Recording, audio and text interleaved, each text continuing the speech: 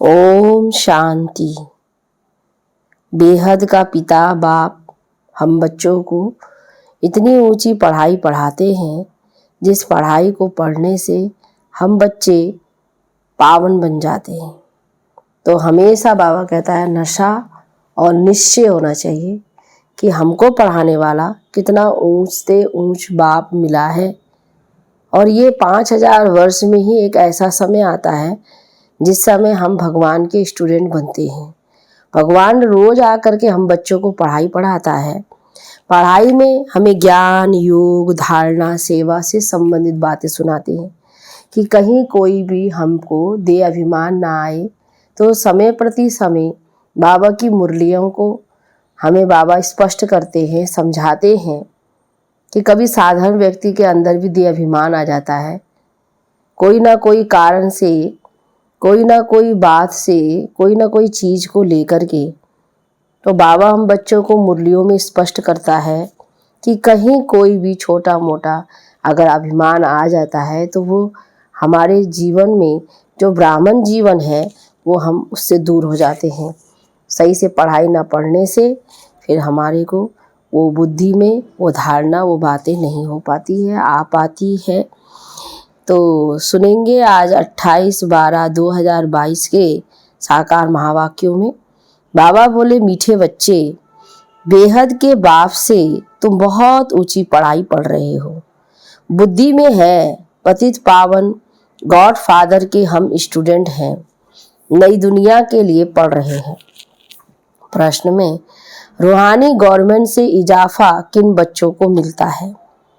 उत्तर में है जो बहुतों को आप समान बनाने की मेहनत करते हैं, सर्विस का सबूत निकालते हैं, उन्हें रूहानी गवर्नमेंट बहुत बड़ा इजाफा देती है। एक होती है स्थूल रूप की गवर्नमेंट और ये हमको मिली है रूहानी गवर्नमेंट। परमात्मा पिता जिसका मालिक है हम बच्चों को कितनी ऊंची से ऊंची बात बता रहे हैं कि अगर हम एक जन्म में ये पढ़ाई पढ़ते हैं, एक जन्म में हम सेवा करते हैं तो हमें भविष्य 21 जन्म कितना ऊंच बनता है। तो बहुत बड़ा इजाफा देती है, इनाम देती है। वह भविष्य 21 जन्मों के लिए ऊंच पद के अधिकारी बनते हैं। ओम शांति। बाप कहते हैं बच्चों को कि मेरे द्वारा तुम मीठे मीठे बच्चे पढ़ाई पढ़ रहे हो।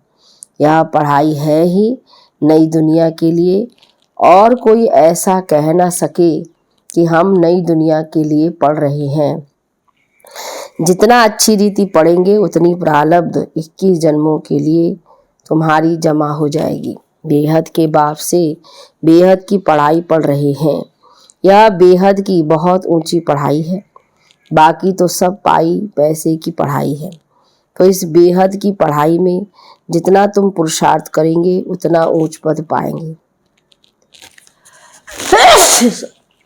हमारी बुद्धि में सदैव यह बातें रहनी चाहिए कि हम पतित पावन गॉड फादर के स्टूडेंट हैं। आज बाबा ने बार बार हम बच्चों को नशा चढ़ाया है, चिंतन कहा है करने को कि हम किसके स्टूडेंट हैं और नई दुनिया के लिए पढ़ रहे हैं।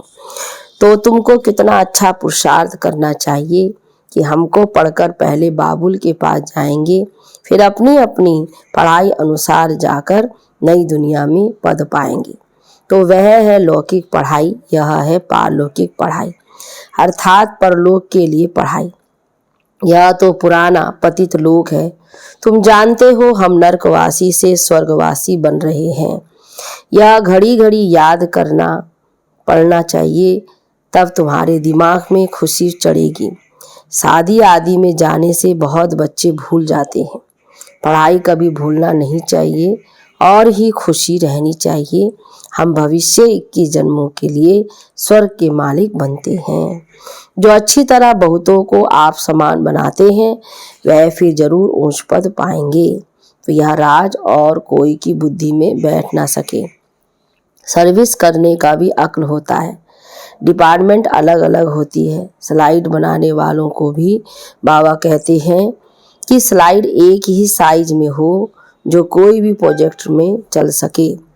तो पहले पहले स्लाइड हो, परमपिता परमात्मा से तुम्हारा क्या संबंध है, तो वह समझ जाए कि परमपिता परमात्मा हमारा बाप है, उनसे वर्षा क्या मिलता है। फिर देखना है त्रिमूर्ति ब्रह्मा द्वारा हमको यह सूर्यवंशी पद मिलता है। तुम भी पुरुषार्थ कर रहे हो नई दुनिया के लिए। अभी तुम हो संगम पर, पावन दुनिया बनाते हो। तुम्हारी बुद्धि में अब स्मृति आ गई है कि बरोबर हम 5000 वर्ष पहले देवी देवता थे, फिर राज्य गवाया। बाकी यह रजाई आदि लेते हैं, वह सब हद की बातें हैं। तुम्हारी है बेहद की लड़ाई। श्रीमत पर तुम 5 विकार रूपी रावण के साथ लड़ते हो। तुम जानते हो ड्रामा में हार जीत का पाठ है। हर 5000 वर्ष के बाद ये ड्रामा का चक्र फिरता है। तो अब तुम बच्चों को श्रीमत पर चलना पड़े, जिसको जो डायरेक्शन मिले। बच्चे कहते हैं हम समझते हैं, परंतु किसको समझा नहीं सकते। ये तो ऐसे हुआ जैसे समझा नहीं है। जितना खुद समझा हुआ है उतना ही पद पाएंगे। तो बुद्धि में स्वदर्शन चक्र फिरता ही रहे। स्वदर्शन चक्रधारी तुम बनते हो। दूसरे को अगर आप समान नहीं बनाया तो सर्विसेबल नहीं ठहरे। इसलिए पूरा पुरुषार्थ करना चाहिए। बाबा कहता पुरुषार्थ करना चाहिए, हमेशा आगे बढ़े हम। औरों को भी सिखाना है। ब्राह्मणियों को हर एक के ऊपर मेहनत करनी है। टीचर्स बहुत मेहनत करती है तब तो इजाफा मिलता है। तुमको तो बहुत बड़ी गवर्नमेंट से इजाफा मिलता है। सर्विस का सबूत निकालना है, गफलत नहीं करनी चाहिए। यहाँ एक क्लास में हर प्रकार की पढ़ाई होती है। तुम जानते हो हम भविष्य में जाकर देवी देवता बनेंगे। विनाश भी जरूर होना है। जैसे कल्प पहले स्वर्ग में मकान आदि बनाए थे, वही फिर बनाएंगे। ड्रामा मदद करते हैं। वहाँ तो बड़े बड़े महल, बड़े बड़े तख्त बनाते हैं। यहाँ थोड़े ही इतने बड़े महल सोने चांदी आदि के हैं। वहाँ तो हीरे जवाहरात पत्थरों के मिसल होंगे। भक्ति में ही इतने हीरे जवाहरात होते हैं, तो सतयुग आदि में क्या नहीं होगा। भल करके साहूकार लोग यहाँ राधे कृष्ण अथवा लक्ष्मी नारायण आदि को सजाते हैं, सोने के जेवर आदि पहनाते हैं। बाबा को याद है एक सेठ था, उसने बोला लक्ष्मी नारायण का मंदिर बनाता हूँ, उसके लिए नए जेवर बनाने हैं। बाबा से उस समय जब बाबा है ना हीरे के व्यापारी थे, जब व्यापार में थे बाबा, उस समय तो बहुत सस्ताई थी। तो सतयुग में क्या होगा, भक्ति मार्ग में बहुत माल थे जो सब लूट कर ले गए। अब तुम बच्चों को सारा मालूम पड़ गया है। ये पढ़ाई है बहुत ऊंची, छोटे छोटे बच्चों को भी सिखलाना चाहिए। राज विद्या के साथ यह भी विद्या देते रहो। शिव बाबा की याद दिलाते रहो।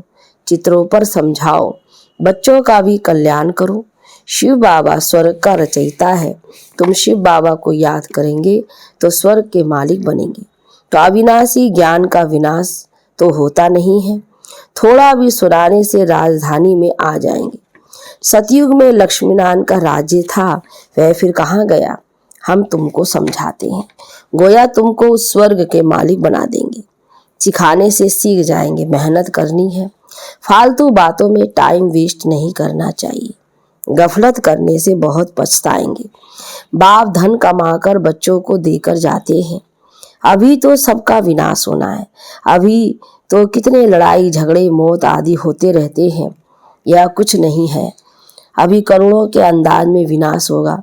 सब जलमर खत्म हो जाने हैं। कब्रिस्तान बनना है, तब फिर परिस्तान बनेगा।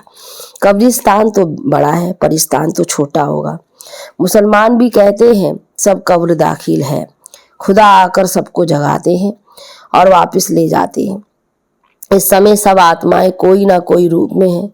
कब्र में शरीर पड़ा है, बाकी आत्मा जाकर दूसरा शरीर लेती है।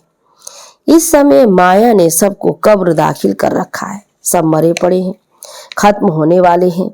इसलिए किसी से दिल नहीं लगानी है, तो दिल लगानी है एक के साथ। आखिरन में तुम्हारा सबसे ममत्व मिट जाएगा। एक बाप को याद करना है बस। तुम समझते हो हम ये पढ़ाई भविष्य 21 जन्मों के लिए पतित पावन बाप के द्वारा पढ़ रहे हैं। परमपिता परमात्मा मनुष्य सृष्टि का बीज रूप है। चैतन्य है, आत्मा भी चैतन्य है।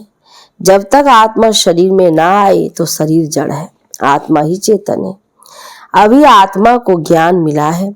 हर एक आत्मा में अपना अपना पार्ट नूंधा हुआ है, हर एक की एक्ट अपनी अपनी है। वंडरफुल ड्रामा है, इसको कुदरत कहा जाता है। इतनी छोटी सी आत्मा में कितना पार्ट नूंधा हुआ है। तो ये रूहानी बातें जो सुप्रीम रूह बैठ तुमको समझाते हैं, सैर कराते हैं, यह भी ड्रामा बना हुआ है। जो ड्रामा में नूंद है उसका साक्षात्कार कराते रहते हैं। बल खेल पहले से ही अनादि बना हुआ है, परंतु मनुष्य नहीं जानते ये अनादि है। तुम तो सब कुछ जानते हो, जो कुछ होता है 1 सेकंड के बाद वह पास्ट हो जाएगा। तो जो पास्ट हो जाता है तुम समझते हो ये ड्रामा में था। बाप ने समझाया है सतयुग से लेकर क्या क्या पाठ हुआ है। बाबा समझाते हैं यह बातें दुनिया नहीं जानती। बाप कहते हैं मेरी बुद्धि में जो नॉलेज है वह तुमको दे रहा हूँ, तुमको भी आप समान बनाता हूँ। यह तो जानते हो सारी दुनिया भ्रष्टाचारी है। अब पहले पहले पावन बनना और बनाना है, तुम्हारे सिवाय कोई पवित्र बना ना सके। अब बाप की श्रीमत पर चल दैवी गुण धारण करने हैं। बहुत मीठा बोलना है, कोई भी कड़वा बोल ना निकले, सब पर रहम करना है। तुम सबको सिखला सकते हो। भगवान वाच मन मना भव। उनको ये पता नहीं है कि भगवान कौन है और उसने कब गीता सुनाई। तुम अभी समझते हो भगवान वाच आज शरीरी बनो, देह के सब धर्म, मैं मुसलमान हूँ, पारसी हूँ, ये सब छोड़ दो। ये कौन कहते हैं? आत्माएं तो सभी आपस में भाई भाई हैं, एक बाप के बच्चे हैं। आत्माएं अपने भाइयों को समझाती हैं कि बाप कहते हैं माँ कम याद करो तो तुम मुक्ति धाम में जाएंगे। सब निर्माण धाम जाने वाले हैं।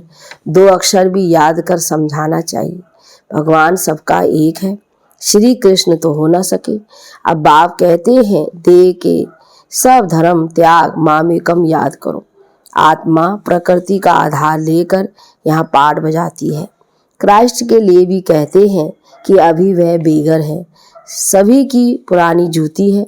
क्राइस्ट ने भी जरूर पुनर्जन्म लिया होगा, अभी तो लास्ट जन्म में होगा। इस मैसेंजर को भी बाप ही आकर जगाते हैं। पतितों को पावन बनाने वाला एक ही बाप है। सभी को पुनर्जन्म लेते लेते नीचे आना ही है। अभी कलयुग का अंत है, आगे चलकर वह यह भी मानेंगे। आवाज निकलेगा कि बाप आया हुआ है। महाभारी लड़ाई भी भगवान का नाम है ना, परंतु नाम बदली कर दिया है। विनाश और स्थापना यह तो भगवान का ही ना काम है। बाप ही आकर स्वर्ग के द्वार खोलेंगे। तुम बुलाते हो बाबा आओ, आकर वैकुंठ का द्वार खोलो, तो तुम्हारे द्वारा बाप आकर द्वार खोलते हैं। तुम्हारा नाम बाला है, शिव शक्ति सेना। तुमको पांडव क्यों कहते हैं?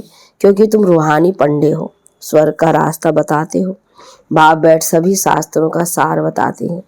इन बातों को समझेंगे वही जिन्होंने कल पहले समझा है।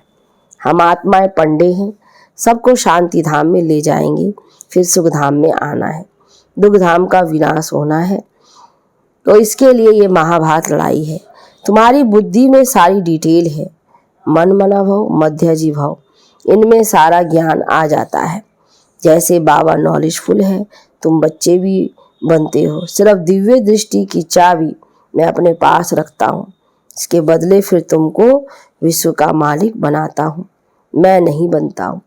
यह फर्क रहता है। दिव्य दृष्टि का पाठ भी तुम्हारे काम में आता है।